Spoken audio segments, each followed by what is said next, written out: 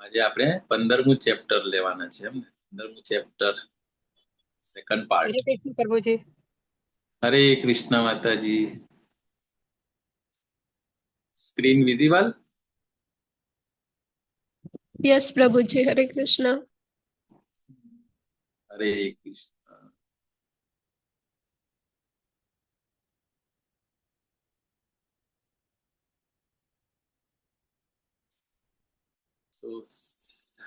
TT આપને દેખાય છે? શ્રી શ્રી રાધા ગોવિંદ ઇસ્કોન બેંગલુરુ અને શિલા પ્રભુપાદ.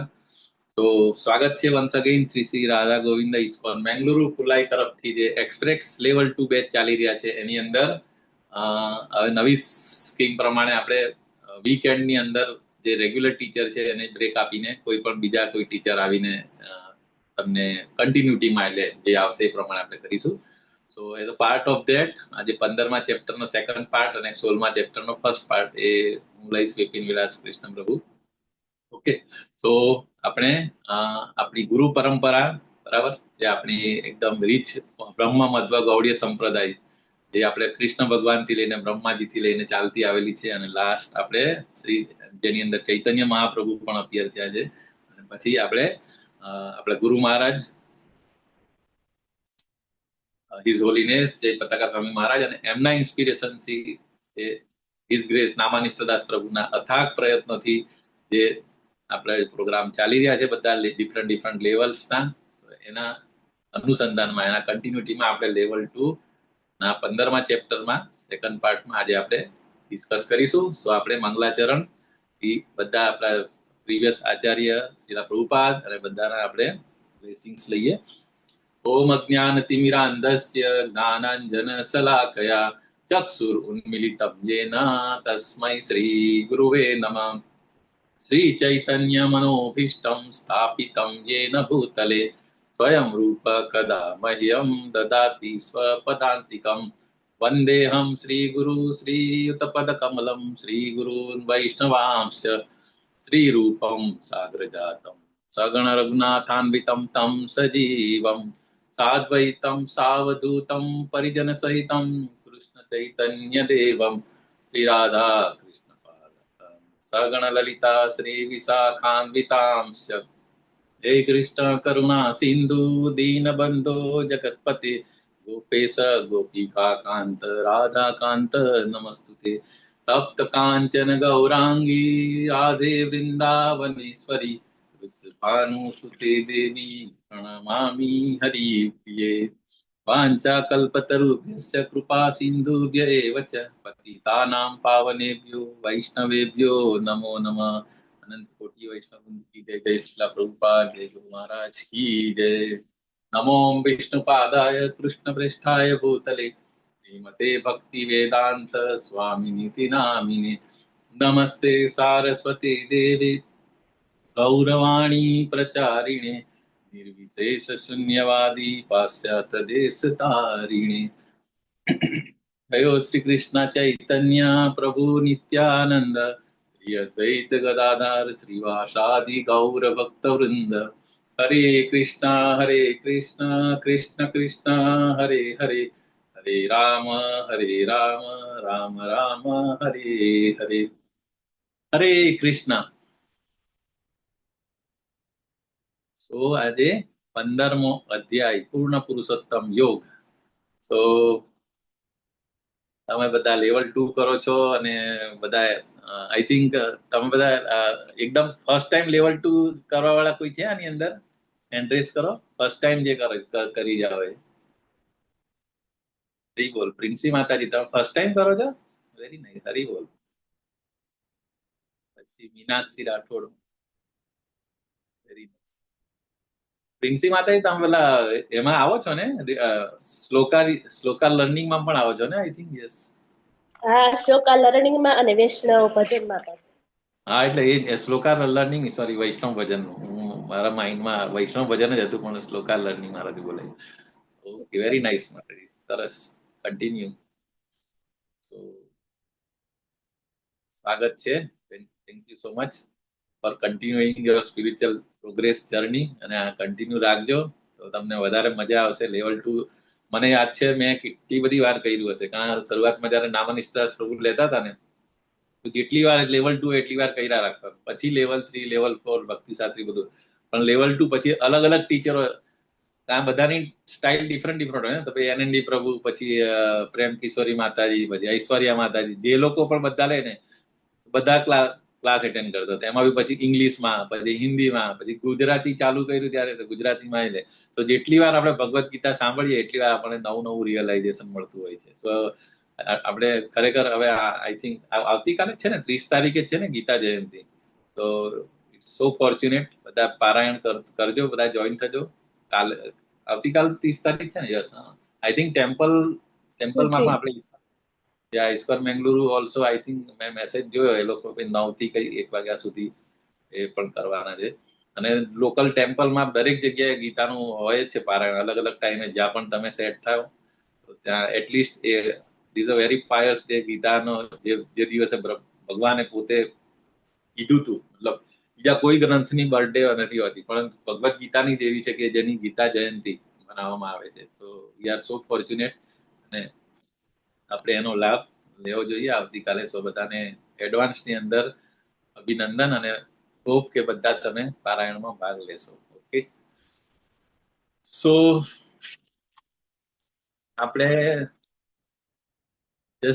જોઈએ જસ્ટ ક્વિક ઓવરવ્યુ. આપણે ફર્સ્ટ ઓફ ઓલ, ચાલો હું એમ માનું છું કે તમે બધા સિરિયસલી મેં સ્ટડી કરો છો. હું બધા ચેપ્ટરના નામ તો નથી પૂછતો, પણ ઓવરવ્યુ અત્યાર સુધી તમે શું જે ક્વિક હોય એની અંદર હું રેન્ડમ પૂછીશ સવાલ, તમે હેન્ડ રેઝ કરજો, અથવા તો પછી ડાયરેક્ટ પણ તમે જવાબ આપી શકો. પણ હેન્ડ રેઝ કરો તો થોડું સારી રહેશે. ઓકે, તો વોટ આર ધ 5 ટોપિક્સ? કયા 5 સબ્જેક્ટ જે છે ભગવદ્ ગીતામાં ડિસ્કસ કર્યા છે અત્યાર સુધી? તમે આવી જ ગયા છે મોસ્ટલી, તો હેન્ડ રેઝ કરો. હરે કૃષ્ણ.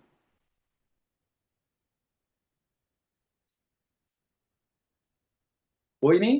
હરે કૃષ્ણ. હેન્ડ રેઝ નહીં કરવો હોય તો વાંધો નહીં, એમ જ બોલો.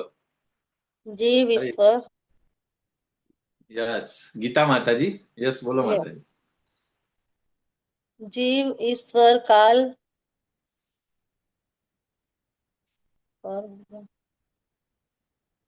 ચલો બીજા કોઈ પણ બોલી શકો, વાંધો નહીં. ટોટલ 5 સબ્જેક્ટમાં ડિસ્કશન થયું છે, જે આવી જાય આગળના ચેપ્ટરોમાં. આપણે લેવલ 2 માં આવીએ, અને પછી આ તો બેઝિક સવાલ છે, આ તો સિમ્પલ. ને આટલા હવે 15મા ચેપ્ટરમાં આપણે આવી ગયા છે, તો આઈ થિંક બધું આવી જ ગયું છે અત્યાર સુધી.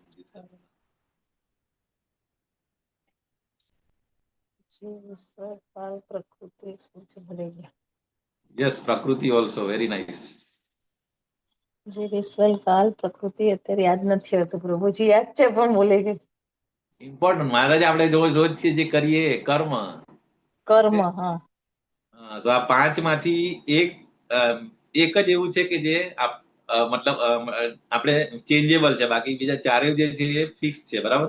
ઈશ્વર છે, ઈશ્વર અને જીવ એ બી, અને પ્રકૃતિ પણ ફિક્સ જ છે. બરાબર? કારણ પ્રકૃતિ એ ભગવાનની અંડરમાં, ભગવાનની એટલે ઇઝ અ ડ્યુટી ઓનલી. બરાબર? અને જીવ પણ આપણને ખબર છે કે ઓરિજિનલ જીવ એ પણ શાશ્વત છે, જીવે સ્વરૂપ હોય નિત્ય કૃષ્ણદાસ. તો ઈશ્વર, જીવ, પ્રકૃતિ અને કાળ. કાળ પણ એ આપણે 11મા અધ્યાયમાં જોયું ને, કાળ ઓલ્સો ભગવાનની વિભૂતિ જ છે. બરાબર? કાલોસ્મી ભગવાને કીધું છે ને 11મા અધ્યાયમાં. તો આ 4 વસ્તુ વી કેન સે ફિક્સ છે. ખાલી એક જ વસ્તુ જે છે, જે કર્મ, જે આપણે પ્રકૃતિ અને કાળની અંડરમાં રહીને જે જીવ આવે છે આપણે, બરાબર, એ કરે છે. અને જેવી રીતે કે આપણે ભૌતિક જગતની અંદર આવ્યા છે, બરાબર, મટીરિયલ વર્લ્ડની અંદર. સો સમટાઈમ્સ જે પણ આપણી લાઈફ છે ડ્યુરેશન, ઇન્ક્લુડિંગ આપણી અથવા તો બ્રહ્માજી કે કોઈની પણ. ઓકે, સો ટોટલ કાળ અને પ્રકૃતિની અંડરમાં રહીને જીવે કઈ ને કઈ કર્મ કરવા પડે. અને આપણને બધાને ખબર છે કે આપણે જન્મ લઈએ એટલે કઈ ને કઈ તો કર્મમાં આપણે કરતા જ છે. નાનું બાળક હોય ત્યારથી લઈને આપણે જ્યાં સુધી મૃત્યુ નહીં પામે ત્યાં સુધી. તો ડિપેન્ડ્સ, એ તમે 4 વર્ણ અને 4 આશ્રમમાં કોઈ ને કોઈ જગ્યાએ તો આપણે ફિટ થતા જ હોય. નાના હોય તો બરાબર, શરૂઆતની અંદર આપણે સ્ટડી કરતા હોઈએ, પછી ગૃહસ્થ બનીએ, પછી વાનપ્રસ્થ અને સંન્યાસ, અથવા તો પછી આપણે એ ત્યાં 4 વર્ણ અને 4 આશ્રમ. તો આ 4 વર્ણ એ રીતે આપણે, બરાબર, બ્રાહ્મણ, ક્ષત્રિય, વૈશ્ય અને શૂદ્ર. સો ડિપેન્ડિંગ ઓન આપણે કઈ જગ્યાએ ફિટ થાય છે એ પ્રમાણે દરેકના ડિફાઇન કરેલા કર્મ અને એની ડ્યુટીઝ હોય છે, બરાબર. સો કર્મ ઓનલી એ ચેન્જેબલ છે, અથવા તમારી પાસે ઓપ્શન્સ છે કે તમે એને સારું પણ કરી શકો, ખરાબ પણ કરી શકો, બરાબર. જે આપણે ત્રીજા ચોથા અધ્યાયમાં જોયું હતું કે કઈ કઈ જાતના કર્મો છે. હરે કૃષ્ણ. ટાઈપ્સ ઓફ કર્મ. કર્મયોગમાં અકર્મ વિકર્મ. વિકર્મ અકર્મ અને કર્મ અકર્મ અને વિકર્મ. અકર્મ વિકર્મ. યસ. તો એ કર્મ જે છે એ આપણે પાસે ઓપ્શન છે આપણી પાસે, બરાબર, કે આપણે સકામ કર્મ કરીએ, નિષ્કામ કર્મ કરીએ, વિકર્મ કરીએ કે પછી અકર્મ કરીએ. So that is the only options. Okay. તો ઇન શોર્ટ ભગવદ ગીતામાં આપણે આ બધી વસ્તુ બીજું નોલેજ શું છે, ઈશ્વર શું છે, ઈશ્વરની પોઝિશન અને જીવાત્મા શું છે એ આપણે જોયું, બરાબર. ઈશ્વર શું છે, ઈશ્વરનું આપણે ગોલોકા ચાર્ટનું પણ આઈ થિંક તમે માતાજીએ એક્સપ્લેન કર્યું હશે. તો ઈશ્વરની પોઝિશન શું છે અને આપણી જીવાત્મા તરીકે આપણી પોઝિશન શું છે. પછી પ્રકૃતિ શું છે, ઇવન એ 7મા ચેપ્ટરની અંદર આખું ડિટેલની અંદર છે. પરા અપરા પ્રકૃતિ, બરાબર, 23 24 એલિમેન્ટ્સ, કેવી રીતે આખું બધું ભૌતિક જગતનું નિર્માણ થાય. પેલા પ્રાઇમરી ક્રિએશન થાય, પછી સેકન્ડરી ક્રિએશનમાં પછી બ્રહ્માજી બધા 14 ભવન જે આપણે છે, બરાબર, બ્રહ્મલોકથી લઈને પાતાળ લોક સુધી જે છે એની અંદર બધાને પોઝિશન એમના કર્મ પ્રમાણે કાં તો દેવલોકમાં, કાં તો અસુરલોક કે પૃથ્વીલોક, so many thing depending on આપણા કર્મો અને આપણી પ્રીવિયસ લાઈફનું બેલેન્સ પ્રમાણે આપણને એ કોઈ પણ એક જગ્યાએ આપણને મૂકે, બરાબર, આપણી પોઝિશન થાય. પછી પ્રકૃતિ વિશે આપણે જોયું, અને દ્રશ્ય જગત શું છે અને કાળ દ્વારા તે કેવી રીતે નિયંત્રિત થાય છે તે. અને પછી આપણે ટાઈમ સ્કેલ જોયો હતો, બરાબર, બ્રહ્માજીની લાઈફ, પછી બધા સતયુગ, કળયુગ, કેટલું ડ્યુરેશન છે, ભગવદ ગીતા કેટલા વર્ષ પહેલા આવી. તો આ બધી વસ્તુ આપણે ઇમ્પોર્ટન્ટ જે આ બધી એટલે રિકોલ કરતું રહેવાનું જયારે પણ આપણે ફ્રી હોય ને, તો કે હા આપણે આગલા સેકન્ડ, ચલો ડિટેલમાં આપણને નહીં યાદ હોય પણ છતાં બી આપણે જેટલું યાદ હોય એટલું યાદ કરવા, પેલું કે ને શ્રવણમ, કીર્તનમ, સ્મરણમ, એટલે એ આખી પ્રોસેસ છે કોઈ પણ વસ્તુ સ્ટડી કરવાની. ઇવન આપણે ભૌતિક જગતમાં પણ કોઈ પણ વસ્તુ આપણે ભણીએ, બરાબર, ફિઝિક્સ, મેથેમેટિક્સ, કેમેસ્ટ્રી કે દાખલા આપણે ગણતા હોય ગણિતના, તો આપણે એની પ્રેક્ટિસ કરીએ છીએ તો જ આપણને પછી એ લાઈફ ટાઈમ સુધી યાદ રહી જાય. આપણા બધાનો અનુભવ છે કે આપણે એક ટેબલ્સ જે આપણે મોડે કરેલા, બરાબર, નાના હતા ત્યારે આપણે ટીચર આપણે રોજ 4:30 થી 5 અડધો કલાક આપણને બોલાવતા હતા, તો આપણને હજી સુધી યાદ છે, એ ક્યારેય આપણે ભૂલતા નથી. એવી જ રીતે આપણને ખબર છે કે આધ્યાત્મિક આ જે સ્પિરિચ્યુઅલ સ્ક્રિપ્ચર છે, ભગવદ ગીતા છે, ભાગવતમ છે, એ હવે આપણે સ્ટડી કરવાની અત્યારે, એટલે મારી વાત કરું તો આપણે બહુ લેટ શરૂ કરી. તમે લોકો આમાં માતાજી ફોર્ચ્યુનેટ હોય તો એ જલ્દી એમના સ્ટાર્ટિંગ એજની અંદર જ ઇસ્કોનની અંદર તમે આવી ગયા, તો તમારી પાસે જે ટાઈમ બહુ છે એમ કહી શકાય, બરાબર. અમારા જેવા લોકો માટે બહુ ઓલરેડી 50% લાઈફ અમારી પતી ગઈ અને પછી આપણને ખબર પડી કે આટલી સરસ આપણું ઇસ્કોનની અંદર સ્ક્રિપ્ચર્સ છે, આચાર્ય સિસ્ટમ છે, પરંપરા છે, અને આપણે એનો બેનિફિટ લેવો જોઈએ. તો એનું જે સ્ક્રિપ્ચર છે તો એનું તો આપણે જેટલી મહેનત કરીએ, જેટલું સ્ટડી કર્યું એટલું બેનિફિટ છે. ભલે એ આપણને આપણું બ્રેડ અને બટર એ કરવા માટે આપણને કદાચ બેનિફિટ ના હશે, પરંતુ લાઈફ કેવી રીતે જીવવું, લાઈફની અંદર ચેલેન્જીસ આવે તો આપણે કેવી રીતે ટેકલ કરવું, તો એ બધી વસ્તુ આપણે પેલું કે ને આવા ક્વેશ્ચન આપણને કોઈ ભૌતિક જગ્યાએ સ્કૂલમાં કે કોલેજમાં ભણાવવામાં આવતા નથી. ઓકે. અને because of that reason only આજે સમાજની અંદર જે બધા પ્રોબ્લેમ્સ જે છે, નાના બાળકો, નાના છોકરાઓ અમુક વાર સુસાઇડ કરતા હોય છે સ્કૂલની અંદર, કે થોડુંક અમુક એક્ઝામ સારી નહીં જાય કોલેજની અંદર, કે કોઈ હેરેસમેન્ટ કરે તો તરત જ સુસાઇડ કરે છે. તો આ બધી વસ્તુનું સોલ્યુશન શું છે? એક જ છે, ભગવદ ગીતા. એટલા માટે જ આપણે એઝ અર્લી એઝ પોસિબલ આપણે પ્રહલાદ મહારાજે બી ભાગવતમમાં કીધું છે કે આપણા જીવનમાં સૌથી જેટલું જલ્દી ભગવદ ગીતા ભાગવતમનું નોલેજ આપણે ગેઇન કરીએ તો એ આપણે લાઈફ આપણે સારી રીતે જીવી શકીએ. So this knowledge is very important. એટલા માટે જ આપણે રિપીટેશન. અને બીજી વસ્તુ, આનો બેસ્ટ વસ્તુ એ છે કે આપણને જે પણ વસ્તુ ખબર પડી તો આપણે તરત કોઈને કહીએ. That is the best way of exchanging knowledge. એનાથી બે ફાયદો થશે. એક તો સામેવાળાને બી કંઈક બેનિફિટ થશે, કંઈક જાણવા મળશે, ઇન્સ્પિરેશન મળશે. અને બીજી વસ્તુ, આપણે આપણું પાકું થાય. મેઇન મોટો બેનિફિટ તો એ જોવાનો આપણે, કે આપણે ઇવન આપણે જયારે ભણતા હતા ત્યારે પણ અમુક છોકરાઓને આપણે ભણાવીએ કોઈ થિયરી કે કોઈ અમુક કોન્સેપ્ટ ક્લિયર ના હોય તો આપણે રિસેસ ટાઈમમાં કે ગમે ત્યારે આપણે એને સમજાવીએ તો એ સમજાવવામાં બેનિફિટ શું થાય, એને તો આવડે જ, પરંતુ આપણું પાકું થઈ જાય અને એવું પાકું થાય કે આપણે એક્ઝામમાં ના પણ જોયું હોય ને તો આપણે એક્ઝામમાં આપણે એને સોલ્વ કરી શકીએ. તો એવી જ રીતે જો આપણે ક્રિષ્ના કોન્શિયસનેસનું નોલેજ જે આપણને મળ્યું કે જે આપણને Krishna is the supreme lord, કૃષ્ણની પોઝિશન શું, કેમ આપણે કૃષ્ણની ભક્તિ અથવા એ કરવી જોઈએ, બરાબર. તો એ આપણે ચલો વી have to start from home, કે આપણા બાળકો, આપણે માતાજી અથવા પેરેન્ટ હોય તો આપણે આપણા છોકરાઓને આપણે ડિસ્કસ કરીએ. જેવી રીતે આપણે ડાઇનિંગ ટેબલ પર બેસીને આપણે જમતા હોય તો આપણે ક્યારેક ટીવી ચાલુ કરીએ અથવા તો બીજું કઈ ન્યૂઝ જોતા હોય, એની જગ્યાએ આપણે એવા સમયનો આપણે સદુપયોગ કરીને આપણે આ રીતે ડિસ્કશન કરીએ તો બેનિફિટ બધાને થાય, બરાબર. તો એ રીતે આપણે ભગવદ્ ગીતાનું નોલેજ આપણે એક્સચેન્જ કરવું જોઈએ. ઓકે, સો આ બધી વસ્તુ પ્રકૃતિ. ઓકે, તો ચાલો તો ટોટલ 18 ચેપ્ટર માંથી આપણે મેઇન ભગવદ્ ગીતાના 3 પાર્ટ પાડીએ આપણે, તો કર્મયોગ, ભક્તિ યોગ અને જ્ઞાન યોગ.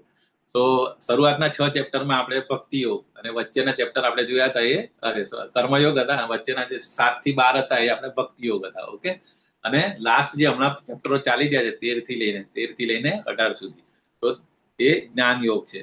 તો આપણને એમ થાય કે ભક્તિ યોગ જે મેઇન ઇમ્પોર્ટન્ટ હતું તો ભક્તિ યોગ તો આપણને કહી દીધું, તો પછી આ ભક્તિ યોગ પતી ગયા પછી પાછું જ્ઞાન યોગ શું કામ આવ્યું?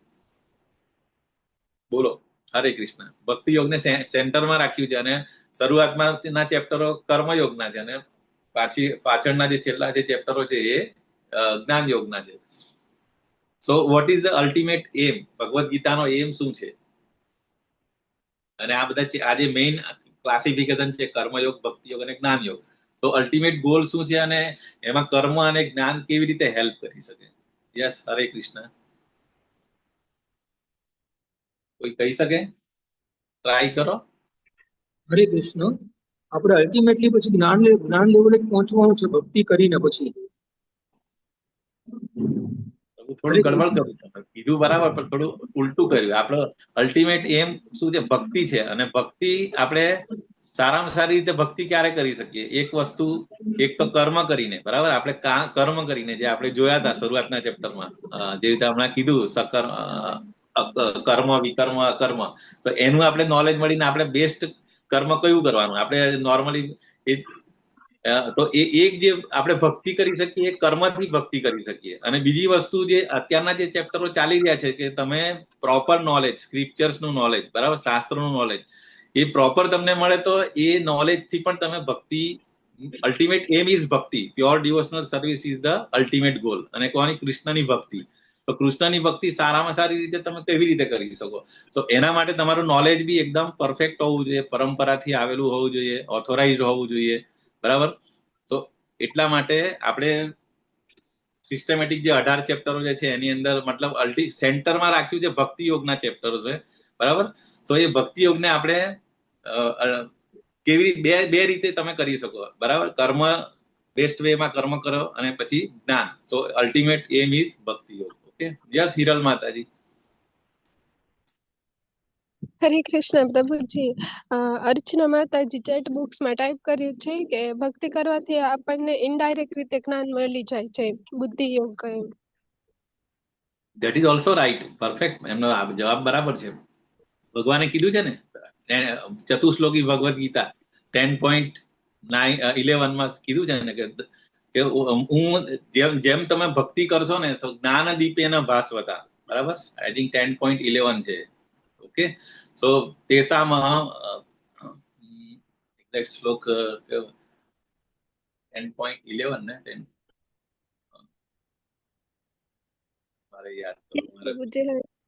યસ, એટલે એની અંદર એ જ કીધું કે જો તમે ભક્તિ કરશો તો તમે એ ભગવાન અંદર, એમ આપણને ખબર છે કે ભગવાન પરમાત્મા રૂપે રહ્યા છે અને એ ઓલવેઝ આપણને ગાઈડ કરે અને એ કરતા હોય છે. યસ, હરી બોલ. ઓકે પ્રભુ, રાજેન્દ્ર પ્રભુ, ક્લિયર ને? તમે કીધું બરાબર પણ તમે ઉલટું બોલેલા. એટલે ભક્તિ, અલ્ટિમેટ ગોલ ઇઝ ભક્તિ, બટ તમે કર્મથી કરી શકો અને જ્ઞાન બી એ કરીને તમે કરી શકો, બરાબર. તો નોલેજ હોવું જોઈએ. પછી પેલું જે કે ને નોલેજ ના હોય ને પછી તમે ગમે તેમ એ રીતે કરો અથવા તો કોઈ ઓથોરાઇઝ ઇવન આપણે સારી કોલેજમાં એડમિશન લેવાનું હોય તો પણ આપણે બધું બહુ રિસર્ચ કરતા હોઈએ છીએ, બરાબર, કે ભાઈ ગવર્મેન્ટ અપ્રુવડ છે કે નહીં, એનું રેટિંગ કઈ રીતે છે, એનું પ્લેસમેન્ટનું રેકોર્ડ્સ કેવી રીતે છે, તો આ બધું આપણે એનાલિસિસ કરતા હોય છે ને. તો એવી રીતે આપણે સ્પિરિચ્યુઅલ પ્રોગ્રેસ કરવો હોય તો સ્પિરિચ્યુઅલી આપણે, જે આપણને ખબર છે કે નેક્સ્ટ જન્મમાં પણ કામ આવવાનું છે, તો એના માટે તો આપણે પરફેક્ટ પ્યોર ઓથોરાઇઝ એમાંથી આવતું એ રીતે આપણે લેવું જોઈએ. ઓકે, તો આ રીતે આપણે 14મું જે ચેપ્ટર હતું, 14મું અને 15મું. યસ, હરે કૃષ્ણ. કોઈને બોલું છે કઈ?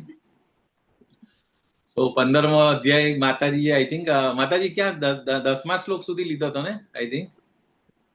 છતાં આપણે ચાલો ક્વિક ઓવરવ્યુ જોઈ લઈએ, વાંધો નહીં.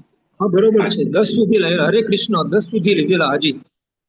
અચ્છા, 10th વર્ષ સુધી થઈ ગયા છે ને. તો ઓકે, આપણે જોઈ. યસ પ્રભુ. ઓકે, સો 15મા અધ્યાય બેઝિકલી આ રીતે 4 વિભાગની અંદર ડિવાઈડ થયો છે. એમાં 1 થી 5 શ્લોક છે ભૌતિક જગતથી અલિપ્ત થવું, એટલે આપણે જ અત્યારે મટીરિયલ જગતમાં છે, બરાબર, એની ડિસ્ક્રિપ્શન માતાજીએ સરસ સમજાવ્યું હશે તમને. તો એની અંદરથી આપણે જો ક્રોસ ઓવર કરીને આપણે આધ્યાત્મિક જગતમાં જવું હોય, ઓકે, તો એના માટે ડિટેચમેન્ટ કેવી રીતે કરવું એ આપણે જોયું હતું. અને પછી 6 થી 11મા શ્લોક જે છે પુરુષોત્તમ યોગ, એટલે પરિવહન, ટ્રાન્સમાઇગ્રેશન, એટલે મેં કીધું એ રીતે ભૌતિક જગતમાં છે આપણે, બરાબર, બદ્ધ જીવ તરીકે. તો આપણે જો આધ્યાત્મિક જગત ભગવાનના ધામમાં જવું હોય, વૈકુંઠ અથવા ગોલોક ધામમાં, તો કઈ રીતે આપણે કરીએ એના માટેના શ્લોક ચાલી રહ્યા છે. 10માંથી આપણે આગળ જોઈશું.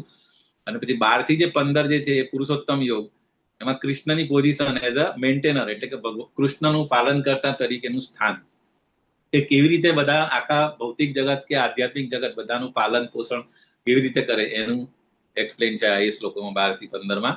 અને 16 થી 20 ની અંદર જે છે એ પુરુષોત્તમ યોગ, એટલે ભગવદ ગીતાના 3 શ્લોક એની અંદર, એટલે વેદ અને વેદાંતના અનુસરણના જીવાત્માનો સારાંશ, એટલે આખું વેદ અને વેદાંતનું જે કન્ક્લુઝન જે છે, બરાબર, એ આગળના શ્લોકોમાં છે.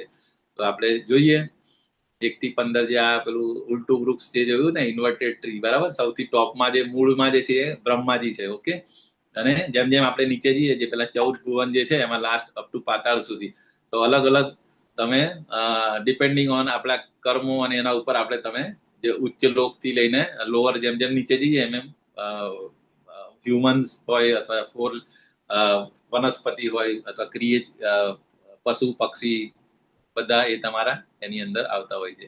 એકદમ બ્રહ્માજીની જસ્ટ નીચે જે છે એ દેવી દેવતાઓ અને એ લોકો હોય છે. જેમ જેમ આપણે નીચે જે પછી હ્યુમન આવે, એની અંદર પણ પછી જે આ 4 પુરુષાર્થ અહીંયા બતાવ્યા છે, બરાબર, ધર્મ, અર્થ, કામ અને મોક્ષ. ઠીક છે, દેખાય છે અહીંયા સૌથી ઉપર લિબરેશન છે, એ તો માતાજીએ કીધું છે તમને. અને સેન્સ ઓબ્જેક્ટ્સ અને પાયસ એક્ટ અને ઇમ્પાયસ એક્ટ. પાયસ એક્ટ કરીશું તો આપણે પ્રોગ્રેસ કરીશું, ઉપરના એમાં જઈશું, લોકમાં જઈશું. અને જો ઇમ્પાયસ એક્ટ એટલે કે આપણે ખરાબ કર્મ કરીશું તો એ આપણું ડિગ્રેડેશન થઈને આપણે અધપતન થશે આપણું. ઠીક છે, તો એ રીતે આ ઉર્ધ્વમૂલ જે વર્ડનું બનિયન ટ્રી જે છે, ઇન્વર્ટેડ ટ્રી, અસ્વસ્થ વૃક્ષનું એ ડિસ્ક્રિપ્શન છે, બરાબર, જે આપણે નોર્મલી જોઈ શકતા હોય નદી અથવા તળાવના કિનારે, અથવા તો આપણે ઉલટા લટકીએ તો. એની પછી આખું ડિસ્ક્રિપ્શન માતાજીએ કીધું હશે કે પ્રમાણે તમારા વૃક્ષની શાખાઓ ઉપર નીચે છે, એમાં દરેક વસ્તુનું જે આપણ એક્સપ્લેન કર્યું હશે. તો હવે આપણે જ્યાંથી બાકી છે ત્યાં જઈએ, 6 થી લઈને 11. ઓકે, તો પુરુષોત્તમ યોગ, તો પુરુષોત્તમ યોગ એટલે સ્થળાંતર. તો 6 ન તદ્ભાસયતિ સૂર્યો ન શશાંકો ન પાવક, એટલે આ આધ્યાત્મિક જગતની વાત કરી છે કે ત્યાં આગળ સૂર્ય ચંદ્ર એની જરૂર નથી હોતી, કારણ કે ત્યાં બધું સ્વયં પ્રકાશિત હોય છે. ઓકે, બધા જે રીતે ભગવાન કેવા હોય છે, સચ્ચિતાનંદ, એવી રીતે ત્યાંના બધા જે પણ હોય, એ તો વૈકુંઠ લોક છે, જેમ ત્યાં બધા 400 હોય, અને ત્યાં મતલબ સૂર્યચંદ્રની આર્ટિફિશિયલ લાઇટની જરૂર હોતી નથી, બરાબર. જેવી રીતે 7 શ્લોક, મમે માનસો જીવલોકે જીવભૂત સનાતન મનસષ્ઠાની ઇન્દ્રિયાણી પ્રકૃતિ સ્થાની કરસતી. તો અહીંયા ગાડી કરસતી શબ્દ ઇમ્પોર્ટન્ટ છે. અને અહીંયા ગાડી જે કીધું કે આ બદ્ધ જગત, એટલે આપણે જે ભૌતિક જગતમાં જે પણ જીવો છે એ બધા બદ્ધ જીવ કહેવાય, બરાબર. એ એમ તો ભગવાને કીધું કે બધા જીવો એ મારા સનાતન અંશ છે, અને પોતાની ઈચ્છા હતી, ડિઝાયરને લીધે પછી એમણે ભૌતિક જગત, જેવી રીતે આપણને ખબર છે કે હોસ્પિટલ અથવા તો જેલ શું કામ હોય, એના માટે, બરાબર, પ્યોરિફિકેશન માટે, જે પણ બીમાર થઈ જાય એને સારા કરવા માટે, અથવા તો જે સમાજના કાયદા કાનૂનને પાલન નહીં કરતા હોય તો એને સુધારવા માટે જેલ હોય છે. એવી જ રીતે આપણે ઓરિજિનલી જે છે આપણી નેચર શું, ભગવાનની સેવા કરવાની છે. સેવા કરતા કરતા પણ આપણને ડિઝાયર એવી થઈ કે નહીં, મારી બી કોઈ સેવા કરવી જોઈએ, મારે પણ કોઈને કંટ્રોલ કરવું જોઈએ. તો એવી ઈચ્છા થઈ એટલે પછી આપણું ફોલ ડાઉન થયું અને આપણને પછી ભૌતિક જગતમાં મોકલવામાં આવ્યા. ઓકે, સો એ અને ભૌતિક જગતની અંદર પછી આપણે પછી સંઘર્ષ કરીએ છીએ. એ પણ આપણે માતાજીએ કેવી રીતે કે આપણે શું કરીએ છીએ પણ આઈ થિંક ડિસ્કસ કર્યું હશે.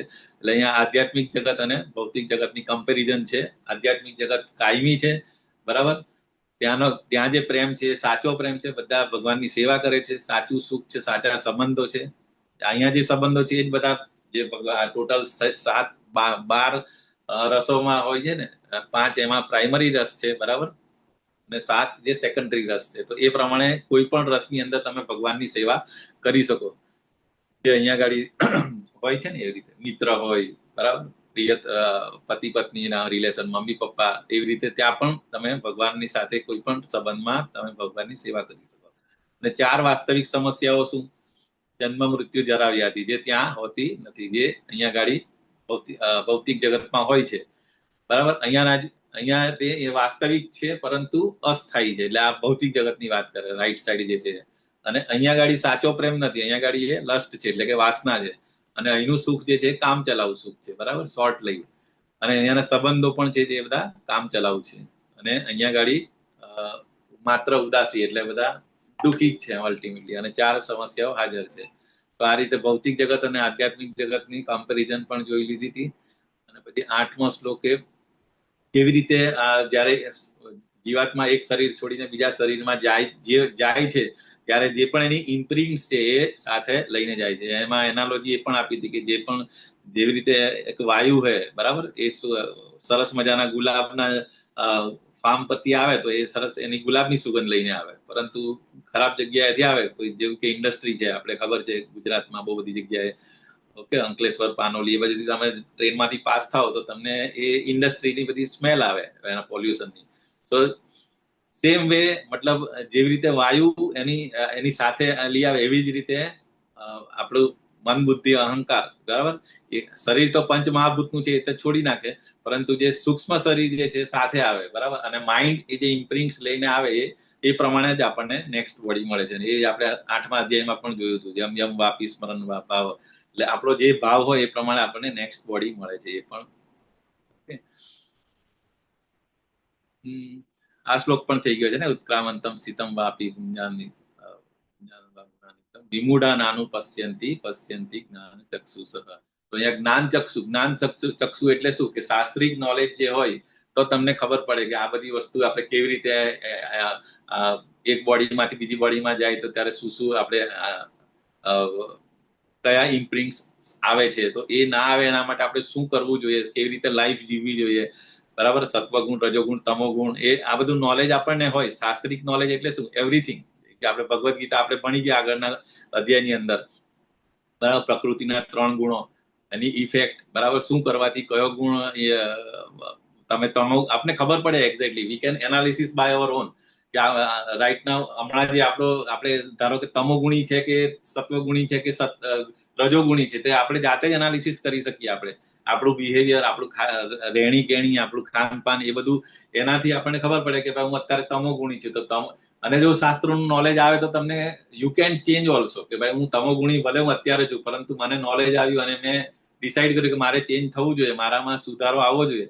તો ધીરે ધીરે પછી એ તમોગુણીમાંથી રજોગુણમાં આવે. અને રજોગુણી જે વ્યક્તિ હોય એ પછી હજી નોલેજ અને હજી ડિવોટી એસોસિએશન અને બધું એમાં વ્યવસ્થિત ભાગવત ગીતા, ભાગવતમ, રેગ્યુલર ડિવોટી એસોસિએશનમાં ભક્તિમાં આવે, આગળ વધે, તો એ સત્વગુણની અંદર આવી શકે, બરાબર. તો એ 3 ગુણો વિશે આપણે ડિટેલમાં જોયું હતું. અને 3 ગુણો પણ બંધન કરતા છે. હજી વધારે તમે સ્પિરિચ્યુઅલી પ્રોગ્રેસ કરો, બરાબર, અને ભગવાનની ભક્તિ કરો, અને જે રીતે આપણે ભક્તિ વિનોદ ઠાકોરની લાઈફમાં એમણે કીધું હતું ને, આ 8+8+8, એટલે આપણે 24 કલાકને એ રીતે તમે બેલેન્સ કરો. અને શ્રીલા પ્રભુપાદે આપણને બહુ સરસ સાધના આપી જ છે. સવારથી 4:30 વાગ્યાથી લઈને રાત્રે ઊંઘીએ ત્યાં સુધી શું શું તમારે કરવું જોઈએ.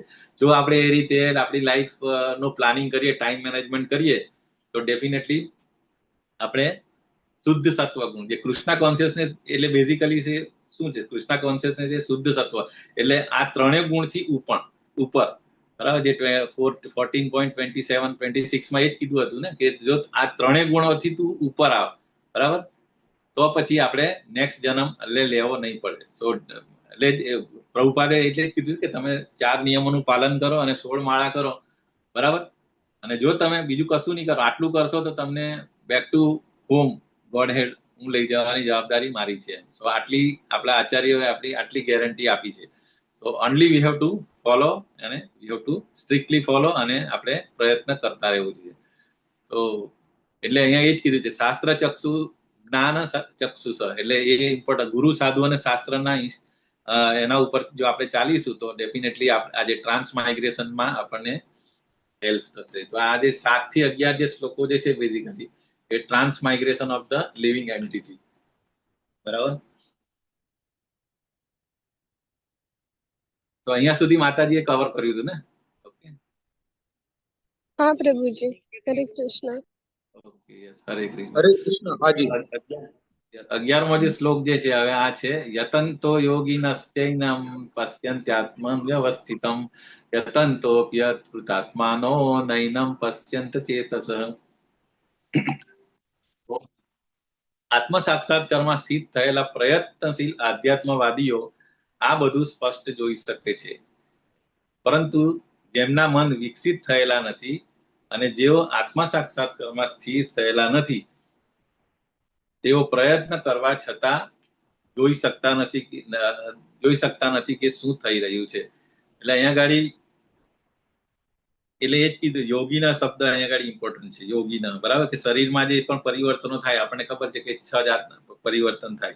કયા કયા પરિવર્તન થાય લાઈફ દરમિયાન આપણા શરીરમાં? હરે કૃષ્ણ.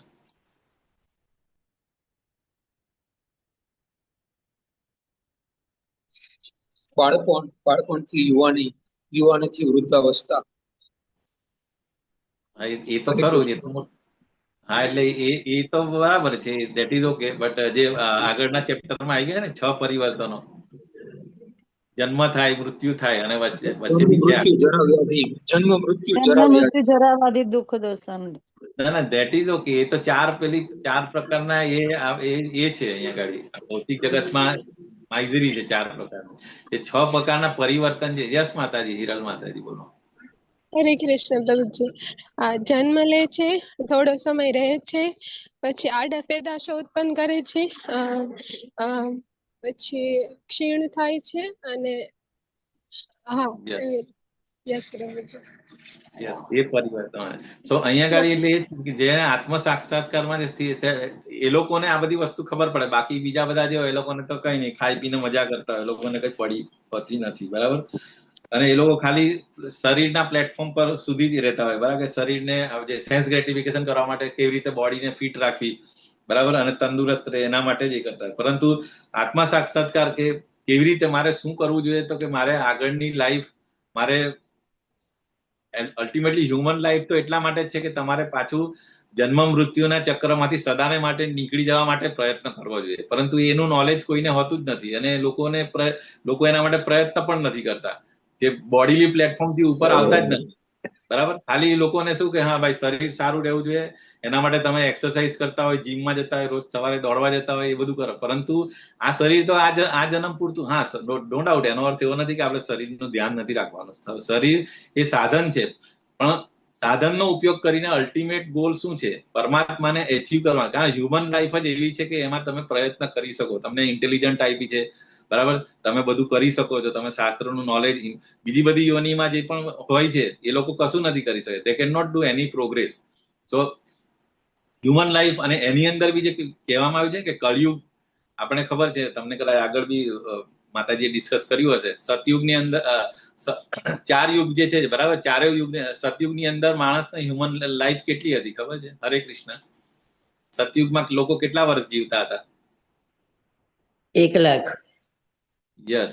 તો 1 લાખ વર્ષ જીવતા હતા. તમે વિચાર કરો, તમે સતયુગની અંદર જન્મ ધારો કે નો ડાઉટ એમાં એના બીજા બધા બી બેનિફિટ હતા, બરાબર, પરંતુ તમારે 1 લાખ વર્ષ તમે જીવો અને તમે ભગવાનને અચીવ કરી શકે, એટલા માટે લોકો સતયુગમાં જે હતા એ લોકો 25, 30, 35 વર્ષ, 1000 વર્ષ સુધી ખાલી મેડિટેશન કરતા હતા.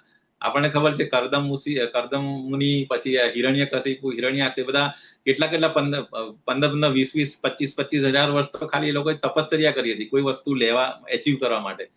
ઓકે, તો આ એક એ થયું કે સતયુગની અંદર આટલી લાઈફ હતી. પછી જેમ જેમ એક યુગ આમ ડાઉન થતા એમ પેલા એક મીંડા. તો આપણે કળિયુગની અંદર આપણી લાઈફ મેક્સિમમ 100, હવે તો 100 પણ નહીં, 70-80 જીવી જાય તો બહુ મોટી વસ્તુ છે. તો ઇન શોર્ટ, તમે કળિયુગની મતલબ આટલી ઓછી લાઈફની અંદર તમે હ્યુમન લાઈફ મળી છે અને આટલી જ લાઈફ છે ખાલી, બરાબર. તો એની અંદર બી તમારે અડધો ટાઈમ તો આપણે ઊંઘવામાં જતા રહે, બરાબર. પછી બાકીનો ટાઈમ આપણે ફેમિલી માટે, અર્નિંગ માટે, પછી ઇનિશિયલ 20-25 વર્ષ તો ભણવામાં જતા રહે. તો એ રીતે આપણે કેલ્ક્યુલેટ કરીએ તો આપણી પાસે ટાઈમ જ નથી ખરેખર આધ્યાત્મિક પ્રગતિ કરવા માટેનો. ઓકે, તો એટલા માટે ચૈતન્ય મહાપ્રભુએ એ કીધું કે ભાઈ તમે કળિયુગની અંદર આવ્યા છો, બરાબર, અને કળિયુગની અંદર મોટામાં મોટો બેનિફિટ એ છે કે તમે ખાલી સંકીર્તન મહામંત્ર કરીને ચેન્ટિંગ જો આપણે કરીશું, અને આપણે આચાર્યએ કીધું એ રીતે પ્રમાણે પહેલા 64 માળા કરાવતા હતા. ભક્તિ સિદ્ધાંત સરસ્વતી ઠાકુર જે હતા, શિલા પ્રભુપાદના ગુરુ, એમનું જે લેવલ હતું એ 64 હતું કે 64 માળા ડેલી કરવાની. પરંતુ આપણા શિલા Prabhupada was so much merciful, અને એમણે જોયું કે 64 માળા એટલે કે 8 કલાક નો વન હેઝ કેપેસિટી ઓલ્સો. તો એટલે એમણે ઓકે ચાલો 16 માળા તો કરો તમે, મિનિમમ 16 માળા યુ કેન ડુ, અને 4 નિયમોનું પાલન કરો તો તમે ભગવાનના ધામમાં હું લઈ જઈશ તમને. તો આપણે કળિયુગ, અને એમાં બી આ જે કળિયુગ જે છે એ ગોલ્ડન કળિયુગ છે, કારણ હમણાં જ ભગવાન 5000 વર્ષ પહેલા કૃષ્ણ ભગવાન ગયા હતા અને 500 વર્ષ પહેલા ચૈતન્ય મહાપ્રભુ અહીંયાથી એ થયા છે, બરાબર.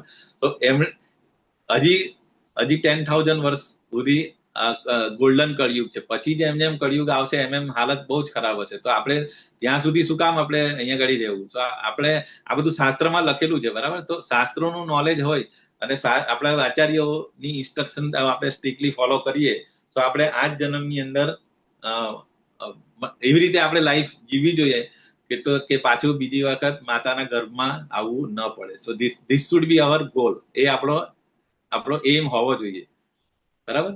તો પરંતુ અહીંયા આગળ એ જ કીધું છે કે જે આધ્યાત્મવાદીઓ નહીં હોય, બરાબર, અને તે લોકો આત્મ સાક્ષાત્કારમાં સ્થિત નહીં થયા હોય તો એમને આ બધી વસ્તુ ખબર પડતી નથી. સો એના માટે એક જ વસ્તુ છે, ગુરુ, સાધુ, શાસ્ત્ર અને પરંપરામાં જોડાઈ રહો, અને ડીઓટી એસોસિએશનમાં આપણે જો ઓલવેઝ રહીશું તો ડેફિનેટલી આપણે ફોલ ડાઉન નહીં થઈશું. ઓકે, અને આપણે આપણી સાધનામાં સ્થિર રહીશું.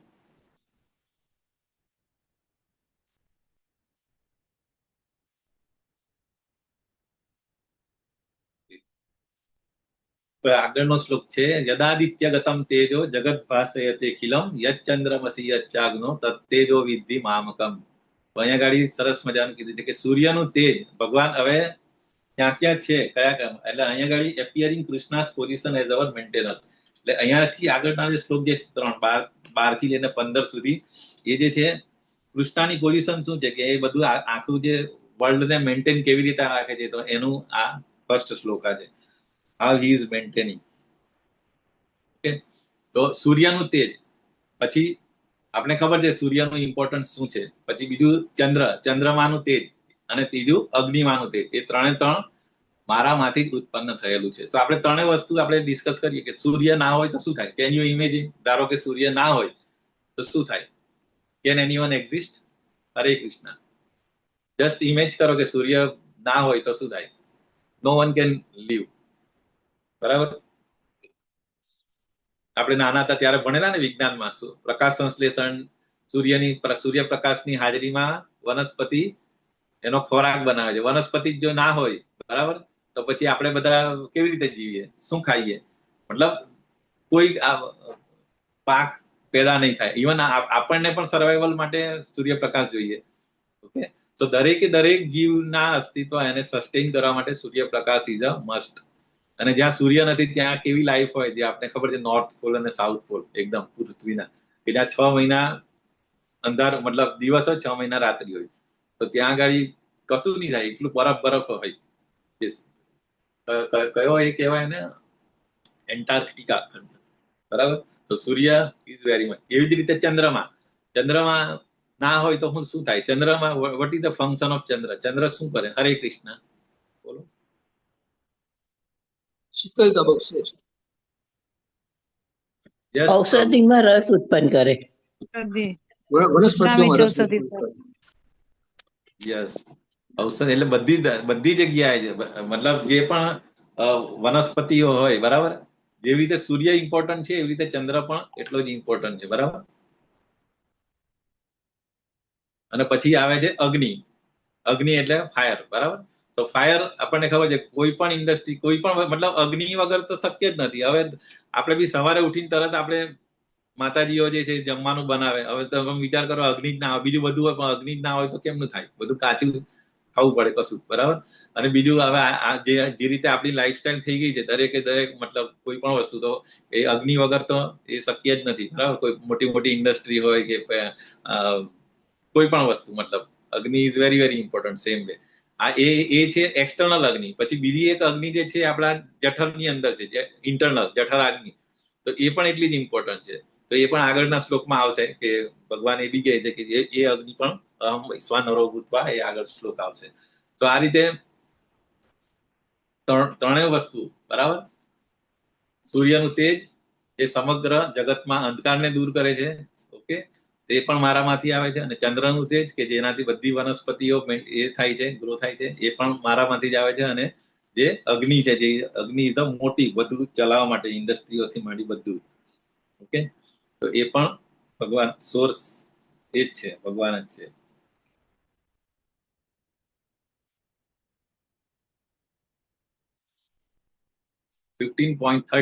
ગામાવિશ્ય ચ ભૂતાની ધારયામ્યહમોજસા પુષ્ણામી ચૌષધિ સર્વા સોમો ભૂત્વા રસાત્મકઃ. હું દરેક ગ્રહમાં પ્રવેશ કરું છું અને મારી શક્તિથી જ તેઓ પોતાની ભ્રમણ કક્ષામાં રહે છે. ચંદ્ર થઈને હું જ સઘળી વનસ્પતિઓના જીવન રસ પ્રદાન કરું છું, બરાબર. એટલે આપણે જોયું કે બધી ચંદ્ર થઈને બધી જે વનસ્પતિઓની અંદર જીવન રસ પણ થ્રુ ચંદ્ર એના માટે ઇમ્પોર્ટન્ટ છે, બરાબર. તો આપણને ખબર છે કે એક ખેતર હોય તેની અંદર ગુલાબનું ફૂલ પણ રોપેલું હોય, બરાબર, અને મરચી પણ રોપેલી અને ટમાટર પણ રોપાય, પણ દરેકની અંદર ટેસ્ટ ડિફરન્ટ આવે છે, બરાબર. જમીન પણ એક જ છે, બરાબર, પાણી બી એક જ છે, અને રિસોર્સિસ બી એક જ છે, અને જે એને મેન્ટેન કરવા વાળો વ્યક્તિ પણ એક જ છે, છતાં પણ બધામાં અલગ અલગ રસ કેવી રીતે આવે છે? તો દેટ ઇઝ બીકોઝ ઓફ ચંદ્ર, ઓકે, અને ભગવાન, ઓકે. અને દરેક ગ્રહની અંદર પ્રવેશ કરે છે. અને મેઇન વસ્તુ અહીંયા આગળ એ જ છે, જો અહીંયા આજે એનિમેશનમાં પણ બતાવે છે, બરાબર, કે અહીંયા આગળ સૂર્ય છે અને બધા આપણે ખબર છે પૃથ્વી પોતાની ધરીની ઉપર ફરે છે અને સાથે સાથે સૂર્યની આસપાસ બી ફરે છે. એવી રીતે બધા જ ગ્રહો જે છે એમાં એની જે ગ્રેવિટી જે છે ને, મતલબ ગુરુત્વાકર્ષણ, અને દરેકનું ડિસ્ટન્સ, એની પોતાની ઓર્બિટ છે, એની અંદર જ એ ફરે છે. તો એ બધું કોણ કરે છે? કોઈ ચાવી ભરે છે, કોઈ સાયન્ટિસ્ટ, કે કોઈ, આપણે ખબર છે કે કોઈ બી વસ્તુ વિધાઉટ કોઈ કરવા વાળો ના હોય તો એ શક્ય નથી, ઓકે.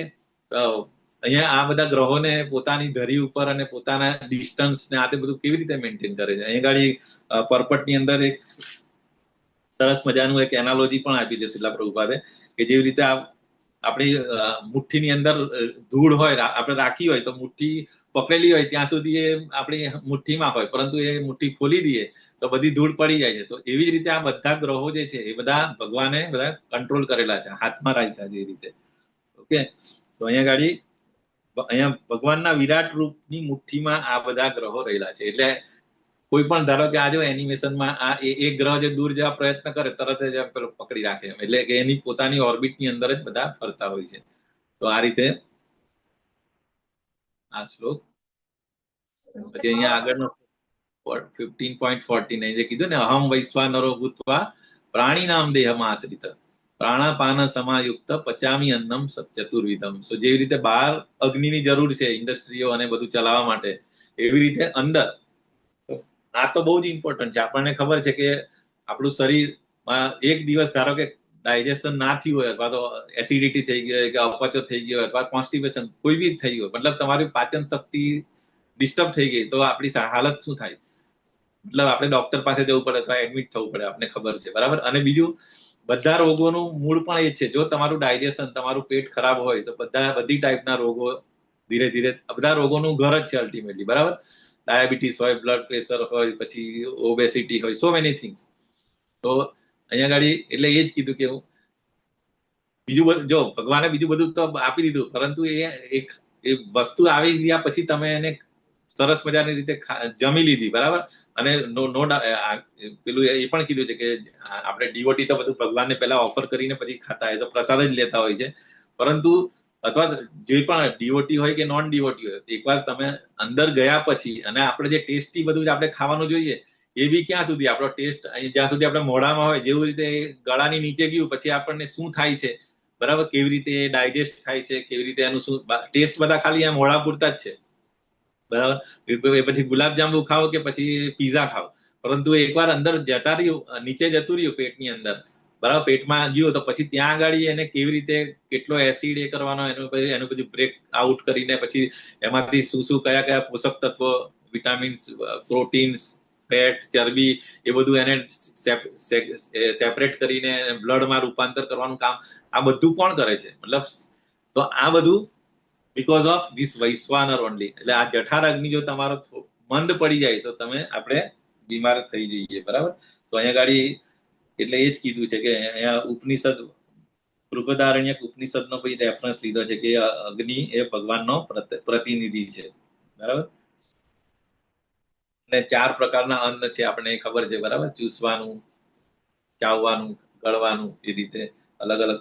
અને આયુર્વેદની અંદર 6, અને બીજું મેઇન જે પિત્ત, કફ અને વાયુ, એ બધા પણ જે છે એ પણ બેઝિકલી જો તમારું આ સિસ્ટમ ડિસ્ટર્બ થઈ જાય, જો તમે બેલેન્સ બધું ફૂડ લેતા હોય તો પછી તમારું જઠરાગ્નિમાં અને આ જે ત્રણેય જે દોષ જે છે એ પણ બેલેન્સમાં રહેતા હોય છે. જો એ ડિસ્ટર્બ થઈ જાય તો આપણે બીમાર થઈ જાય અને we have to admit to hospital. તો ઓલવેઝ એટલા માટે જયારે પણ મેઇન વસ્તુ આપણે જયારે પણ એટલીસ્ટ જે બી પ્રસાદ લે તો ઓલરેડી પેલા ભગવાનને ઓફર જ કરી દઈએ છે, પરંતુ જે પ્રસાદ નહીં પણ લે એ લોકો પણ એઝ અ ગ્રેટિટ્યુડ તરીકે આપણે જયારે પણ પ્લેટમાં આવે જમવાનું તો એટલીસ્ટ આપણે ભગવાનને યાદ કરવું જ જોઈએ, બરાબર. કે આ એવા કે આ એક જે પણ મને ખાવાનું મળ્યું બીકોઝ ઓફ ભગવાન ઓનલી. અને એ ખાધા પછી બી જો આપણે ભગવાનને યાદ કર્યું હશે, બરાબર, તો એ પ્રસાદ થઈ જશે અને definitely it will be nourishing. Okay. નહીં તો પછી આપણે શું ખાઈએ? પાપ ખાઈશું. આપણે પાપ જ ખાઈએ છીએ જો આપણે ભગવાનને યાદ નહીં કરીએ, ભગવાનને ઓફર નહીં કરેલું હોય તો. ઠીક છે. So it is very very important. અહીંયા આગળ ચિત્રમાં બતાવ્યું છે ને વૈશ્વાનર, જઠરની અંદર જે અગ્નિ રહ્યો છે એ જઠરાગ્નિ ભગવાન. પછી 15.15 સર્વસ્વ ચાહમ હૃદિ સન્નિવિષ્ટો, વેરી ઇમ્પોર્ટન્ટ શ્લોક. મત્ત સ્મૃતિ જ્ઞાન અપમોહનમ ચ વેદેશ્ચ સર્વે રહમેવ વેદ્યો વેદાંત કૃત્વે દવિદેવ ચાહમ. હું દરેક જીવના હૃદયમાં રહેલો છું અને મારાથી જ સ્મૃતિ, જ્ઞાન અને વિસ્મૃતિ આવે છે. સર્વ વેદો દ્વારા જાણવા યોગ્ય હું જ છું. નિસંદેહ હું જ વેદાંતોનું સંકલન કરતા છું અને સર્વ વેદોનો જ્ઞાતા પણ હું જ છું, બરાબર. તો અહીંયા ગાડી આ એક તો ભગવાન આપણા હૃદયની અંદર રહેલો છે. ત્યાં આપણને બધાને ખબર છે આત્માની સાથે ઓલવેઝ પરમાત્મા, જે પેલું એનાલોજી હોય છે ને કે એક ઝાડ ઉપર 2 પક્ષીઓ બેઠા હોય, એક આત્મા અને પરમાત્મા. તો અહીંયા પણ એ જ કીધું છે કે બધાના હૃદયમાં રહેલો છે. આપણને એમ થાય કે હૃદયમાં રહેલો હોય તો અમુક હવે તો સાયન્સ એટલું એડવાન્સ થયું છે કે હાર્ટ ટ્રાન્સપ્લાન્ટેશન બી કરે છે, બરાબર, કે એક વ્યક્તિ બીજાનું હાર્ટ બીજાને ટ્રાન્સપ્લાન્ટ કરી શકે. તો આ કેસમાં પછી ભગવાન બી ટ્રાન્સફર થઈ જાય. એવું નથી. હૃદયની અંદર એટલે કોઈ હૃદયનું જે જગ્યા પોઝિશન હોય ને ત્યાં એની જે ત્યાં આગળ ભગવાન હોય છે. પણ એનો અર્થ એવો નથી કે હૃદયની અંદર જ હોય છે. હૃદય જ્યાં પોઝિશન હોય ને ત્યાં આગળ હોય છે. અને એનું ફંક્શન શું છે? બીજા શું કામ? કે મારાથી, એટલે ભગવાન એ જ કે એ મારાથી બીકોઝ સ્મૃતિ એટલે શું? યાદ શક્તિ, જ્ઞાન, નોલેજ એટલે યાદ રહે, અને વિસ્મૃતિ. તો આ ત્રણેય વસ્તુ, જેવી રીતે આપણે ઓલામાં આગળના શ્લોકમાં જોયું કે ત્રણેય વસ્તુ જરૂરી છે, એવી રીતે અહીંયા પણ આ ત્રણેય વસ્તુ એટલી બધી ઇમ્પોર્ટન્ટ છે ને કે ધારો કે આપણે એક વસ્તુ વિચારી કે આ વિસ્મૃતિ, આપણને ધારો કે વિસ્મૃતિ આવે નહીં તો શું થાય? ચલો બોલો. હરે કૃષ્ણ. ધારો કે આપણે ભૂલી નહીં શકીએ તો શું થાય? ભગવાને આપણા પર કેટલો મોટો ઉપકાર કર્યો છે કે જો આપણને વિસ્મૃતિ આપી છે અથવા વિસ્મૃતિ કરાવે છે. તો એક બાજુ કે જ્ઞાન, એક બાજુ યાદ શક્તિ પણ કહે છે, બીજી બાજુ વિસ્મૃતિ પણ કહે છે. તો એ બેલેન્સ, તો એનો વોટ ઇઝ ધ એડવાન્ટેજ, એનો ફાયદો શું છે વિસ્મૃતિનો? બોલો. હરે કૃષ્ણ. હરે કૃષ્ણ પ્રભુ. આપણે કોઈ દુઃખદ પ્રસંગ હોય ભૂલી ના શકીએ તો પછી એનું રિપીટેશન થાય, એના માટે વિસ્મૃતિ જરૂરી છે. હરી બોલ. યસ. બીજા કોઈને કઈ એડ કરવું છે? માતાજી યુ આર પરફેક્ટ. ચલો, એ તો કોઈ આપણો એકદમ નિયર એન્ડ ડિયર કોઈ આપણે છોડીને જાય, એક્સપાયર થઈ જાય, તો એનું થોડા દિવસ સુધી, 1 દિવસ કે 10 દિવસ સુધી એનું એ રહે, પછી ધીરે ધીરે આપણે નોર્મલ લાઈફમાં આવી જઈએ. બીજું હજી થોડા આગળ જઈએ તો હરે કૃષ્ણ પ્રભુજી. યસ. વિસ્મૃતિ એમ કે આપણે જયારે આખું જીવન કે જયારે ભક્તિ કરી હોય તો એન ટાઈમે પણ આપણને જો ભગવાનનું નામ યાદ આવી જાય એના માટે વિસ્મૃતિ છે. નહીં માતાજી, એ તો સ્મૃતિ, એ તમારે યાદ આવે. એ જે પ્રેક્ટિસ, ધેટ ઇઝ, એ તમે કીધું એ બરાબર છે, ઇમ્પોર્ટન્ટ છે, બટ એ ભગવાન એ યાદમાં આવે. બરાબર પ્રભુજી, બરાબર. હું સ્મૃતિનું કહું છું. બરાબર. હા, તમે સ્મૃતિનું કીધું, that is also very very important. એટલે એક બાજુ હું એ જ કહું કે બંને એક્સ્ટ્રીમ કન્ડિશન, એક તો સ્મૃતિ બી ભગવાન જ આપે છે અને વિસ્મૃતિ બી ભગવાન. તો what is the advantage of vismriti, હું એવું કહું છું. એટલે માતાજીએ કીધું કે ભાઈ ઓકે, એક જે છે આપણા કોઈ નજીકના વ્યક્તિનું અવસાન થાય તો આપણને દુઃખ થાય, બરાબર. ધારો એમાં પણ ધારો કે યંગ હોય, નાનું બચ્ચું હોય અથવા યંગ છોકરો હોય અને એ કમાતો એકનો એક હોય અને એ જો જતો રહે તો વધારે તકલીફ થાય. પણ એમાંથી પણ વ્યક્તિ ધીરે ધીરે મતલબ નોર્મલ થઈ જાય છે. That is the advantage, one advantage. બીજો એડવાન્ટેજ હજી થોડા એ કરીએ તો આપણે આગળ. ધારો કે આપણે ભૂલીએ જ નહીં તો શું થાય? આપણે પૂર્વજન્મ ધારો કે આપણને યાદ હોય તો શું થાય? શું કામ આપણે પૂર્વજન્મ ભૂલી જઈએ છીએ? સો ધેટ ઇઝ ભગવાનની બહુ મોટામાં મોટી આપણા ઉપર બ્લેસિંગ છે કે આપણને પૂર્વજન્મ યાદ નથી. જો યાદ હોય તો શું થાય? Can you imagine anyone? શું થાય? બોલો. તો હિન્ટ આપી દીધી કે પૂર્વજન્મ ધારો કે આપણને યાદ હોય તો શું થાય? અમુક કેસ આવે છે કે એને યાદ આવે છે. અમુક પિક્ચરો પણ બન્યા છે બોલીવુડમાં કે ભાઈ એમને પૂર્વજન્મ યાદ હોય તો શું થાય? It is very difficult.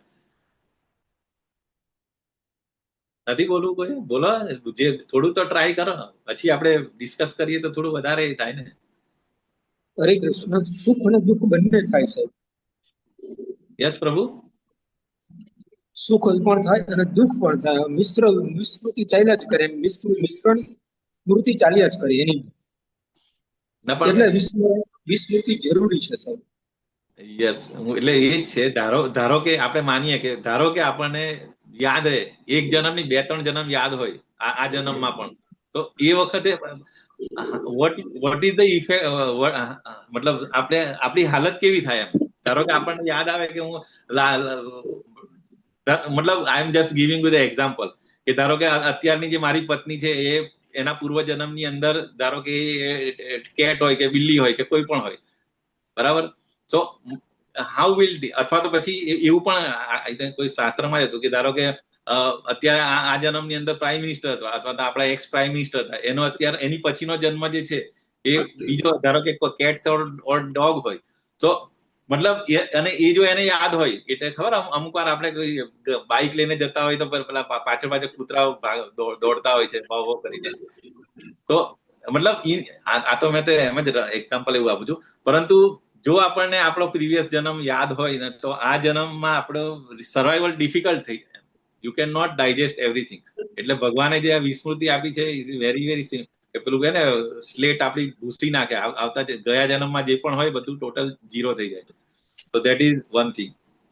અને જે પણ આપણે સ્મૃતિ એટલે કે યાદ શક્તિ, આપણને બધું નાના હોય ત્યારથી લઈને બધું એક ઇવેન્ટ, કોઈના મેરેજમાં શું કીધું હોય, શું ક્યારે મને કોઈ બોલી ગયું હોય તે પણ યાદ રાખે.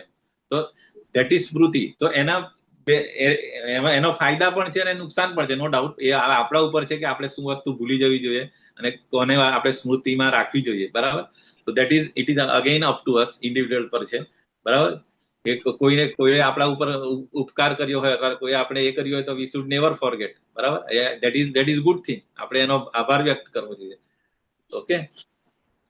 અને એવી રીતે નોલેજ કે જે પણ આપણે ભણીએ છીએ કે જે પણ આપણે સ્ક્રિપ્ચર્સની સ્ટડી કરીએ છીએ એનું જ્ઞાન આવે છે, તો આ બધું જ્ઞાન અલ્ટિમેટલી આગળના શ્લોકોમાં બી આવી ગયું છે ને, કે જે પણ જેમ જેમ તમે ભક્તિમાં હો અને જેમ જેમ તમે રિયલાઇઝ, જે પણ આપણું નોલેજ હોય થિયરિટિકલ નોલેજ, એ ધીરે ધીરે આપણને રિયલાઇઝ ફોર્મમાં આવે છે. તો એનું નોલેજ બી એ ભગવાન આપે છે.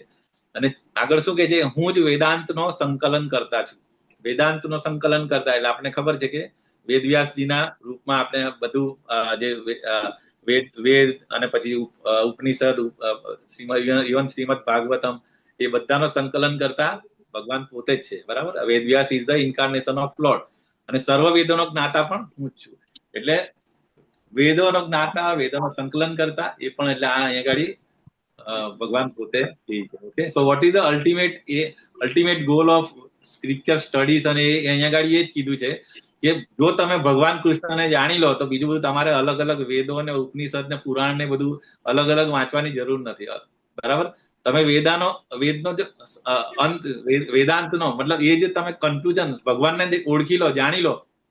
એટલે અહીંયા Bhagavad Gita 15.15 is very very important, કે જો તમે કૃષ્ણને જાણી લો તો અહીંયા આગળ ભગવાને શું કીધું કે બધામાં વેદાંતોનો જે આખું કમ્પાઇલેશન કર્યું છે અને બધાનું જે અલ્ટિમેટ જે છે એ મને જાણવાનું જ છે. એટલે આપણે Krishna, once we know the Krishna, no need to study all other things. Okay. પછી હવે આગળના છેલ્લો જે એ જે વિભાગ જે છે 16 થી લઈને 20 શ્લોકા છે, વેરી વેરી ઇમ્પોર્ટન્ટ. તો આપણે એ જોઈએ 15.16. ભાવિમો પુરુષો લોકે અક્ષરસ્ય વચ ક્ષર સર્વાણી ભૂતાની કુટસ્થોક્ષર ઉચ્યતે. તો અહીંયા આગળ જીવના બે પ્રકાર કીધા છે, બરાબર? કયા કયા? તો કે એક ચ્યુત અને બીજો અચ્યુત. ભૌતિક જગતમાં પ્રત્યેક જીવ ચ્યુત એટલે કે પતનશીલ છે, અને આધ્યાત્મિક જીવનમાં હરે કૃષ્ણ છે. હા, એટલે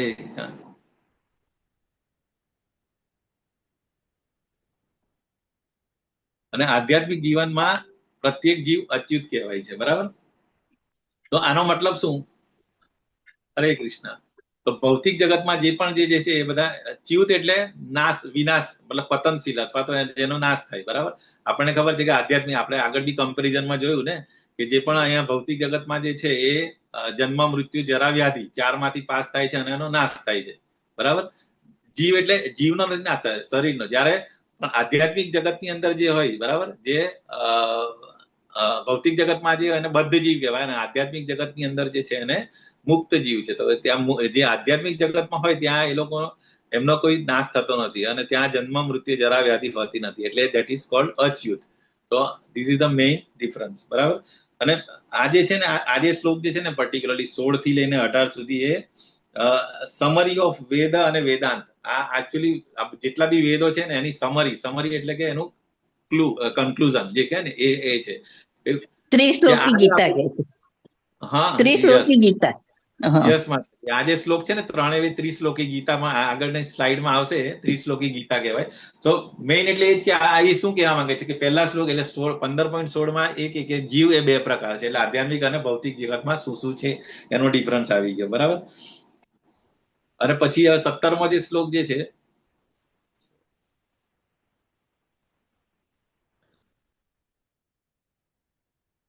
શ્લોકની અંદર કે ઉત્તમ પુરુષસ્ય પરમાત્મે ત્યુદાવૃત યો લોકત્રયમ આવિશ્ય વિભર્તિ વ્યય અવ્યય ઈશ્વર. તો આ બંને ઉપરાંત એટલે કે જે આ બે જે કીધા ને, ફોલિબલ અને ઇનફોલિબલ, ચ્યુત અને અચ્યુત, જે એક ભૌતિક જગતમાં જે છે એ ચ્યુત છે અને ઓલો જે છે આધ્યાત્મિક અચ્યુત, બરાબર? બદ્ધ જીવ અને મુક્ત જીવ. એ સિવાય આ ઉપરાંત એક પરમ પુરુષ પરમાત્મા છે જેઓ સાક્ષાત અવિનાશી ભગવાન છે. એટલે આનાથી પણ આ બે થી ઉપર એક જે સુપર સોલ કહેવાય એને આપણે, બરાબર? કે આપણને ખબર છે આત્મા અને પરમાત્મા, આત્માની સાથે જે પરમાત્મા જે હોય ને દેટ ઇઝ સુપર સોલ, એ અવિનાશી છે, બરાબર? જેઓ સાક્ષાત અવિનાશી ભગવાન છે. આપણને ખબર એક કયા ગર્ભોદક્ષાયી, ક્ષીરોદક્ષાયી વિષ્ણુ એઝ અ સુપર સોલ, બરાબર? કે જેઓ ત્રણેય લોકમાં પ્રવેશ કરીને સર્વનું પાલન કરી રહ્યા છે. ઓકે. સો એટલે સુપર સોલ, અહીંયા આગળ સુપર સોલ કીધું. ઓકે, એટલે આત્મા પહેલાના શ્લોકમાં આત્મા વિશે કીધું, આ પરમાત્મા વિશે કીધું. ઠીક છે. એટલે અહીંયા જો આ જે સુપર ભગવાન અને જે 15.18 માં જે છે કે યસ્માત સરમતિ તોહમ અક્ષરાદપી ચોત્તમ અતોસ્મી લોકે વેદે ચ પ્રથિત પુરુષોત્તમ. બરાબર, હું ક્ષર અને અક્ષર બેવથી પર છું. એટલે આ અહીંયા આગળ ભગવાન પોતાની પોઝિશન કહી છે. આ બંનેથી બી ઉપર જે છે એ પણ છે સર્વોત્તમ છે, અને તે કારણે હું આ જગતમાં કે વેદોમાં પણ પરમ પુરુષ તરીકે પ્રખ્યાત આવું છું. તો અહીંયા આગળ આ જે ચિત્ર જે છે એ આ કોઈને યાદ આવે છે શેનું છે, કયા ઇન્સિડન્ટ નું છે? શ્રીમદ ભાગવતમ નું. અહીંયા જે કૃષ્ણ ભગવાન અને આજુબાજુ બધા વિષ્ણુ 400 ફોર્મ છે ને, યાદ આવે કોઈને?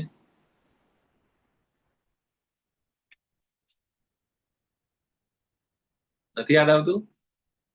જયારે બ્રહ્માજી જે પેલા ગાયો અને પેલા એને ચોરે છે ને, બ્રહ્મ વિમોહન લીલા.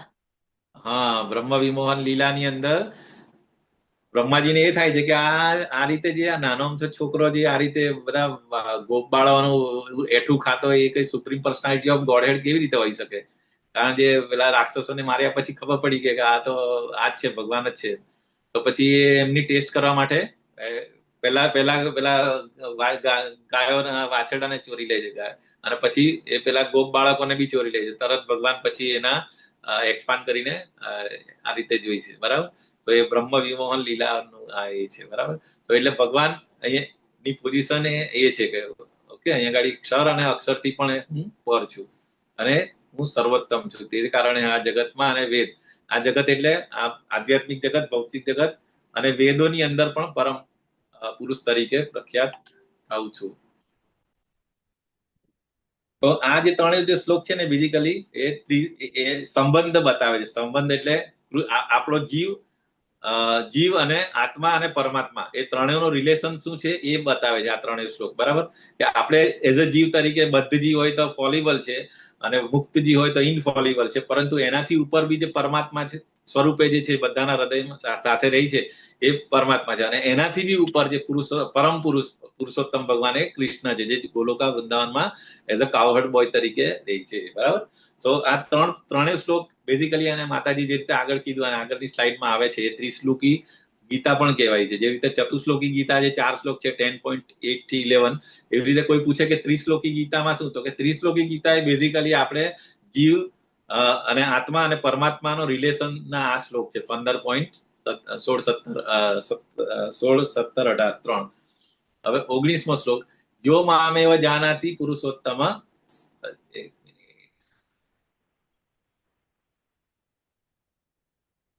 જો મામેવ સમ્મૂઢો જાનાતિ પુરુષોત્તમમ સ સર્વવિદ ભજતિમાં સર્વભાવેન ભારત. કે જે કોઈ મનુષ્ય સંશય રહિત થઈને મને પૂર્ણ પુરુષોત્તમ પરમેશ્વર તરીકે જાણે છે, તે બધું જાણનારો છે. એટલે અહીંયા ભગવાન એની પોતાની પોઝિશન કહે છે, અને જે લોકો હોય કે મને આ રીતે પૂર્ણ પુરુષોત્તમ તરીકે જાણે છે, તે બધું જ જાણે છે.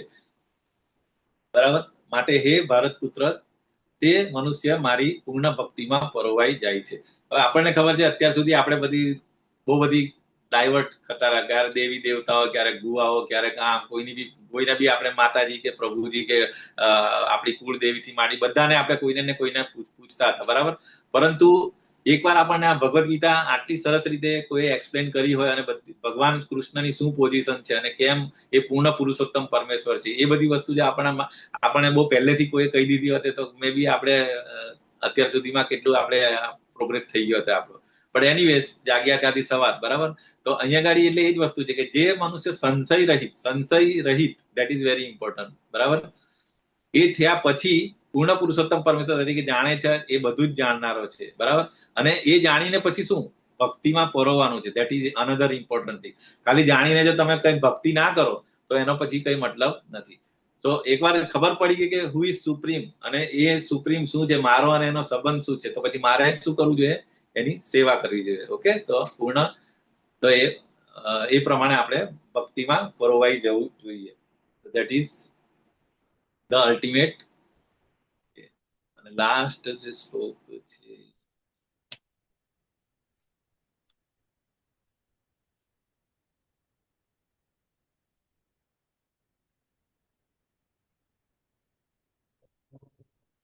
uh, 15.20 इति गुह्यतमं शास्त्रम इदम उत्तम मया नग एतद बुद्ध्वा बुद्धिमान स्यात् कृतकृत्यस्य भारत. तो हे निष्पाप, अगेन अर्जुन ने दी क्वॉलिटी मयानग, बराबर. अर्जुन वॉज अ निष्पाप. આ વૈદિક શાસ્ત્રોનો સર્વાધિક ગુપ્ત ભાગ છે. એટલે આ બધા જે શાસ્ત્રો જેટલા બી બધા છે એનો આ સૌથી એકદમ સિક્રેટ.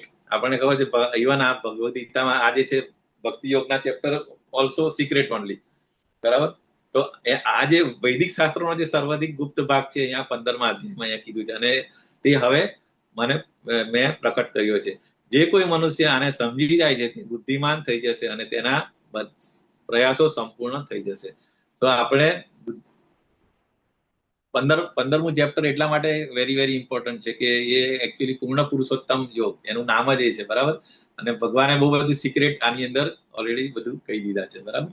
તો એ આપણે જાણી લીધા પછી આપણે મતલબ બીજું બધું કઈ કશું જાણવાની જરૂર રહેતી નથી. તો આ રીતે આપણે 15મું ચેપ્ટર કમ્પ્લીટ કર્યું, બરાબર. એ 4 વિભાગ આપણે ક્લિયર થઈ ગયા.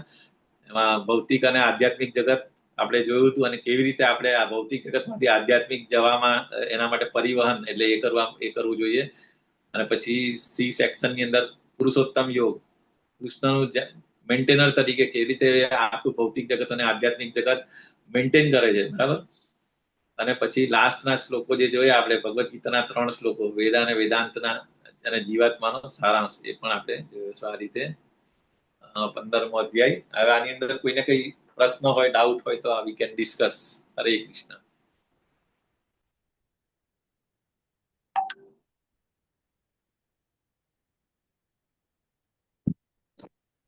યસ, કોઈને કઈ સવાલ? Otherwise we can conclude. પ્રભુજી રેકોર્ડિંગ સ્ટોપ કરી દેજો. Class yes, over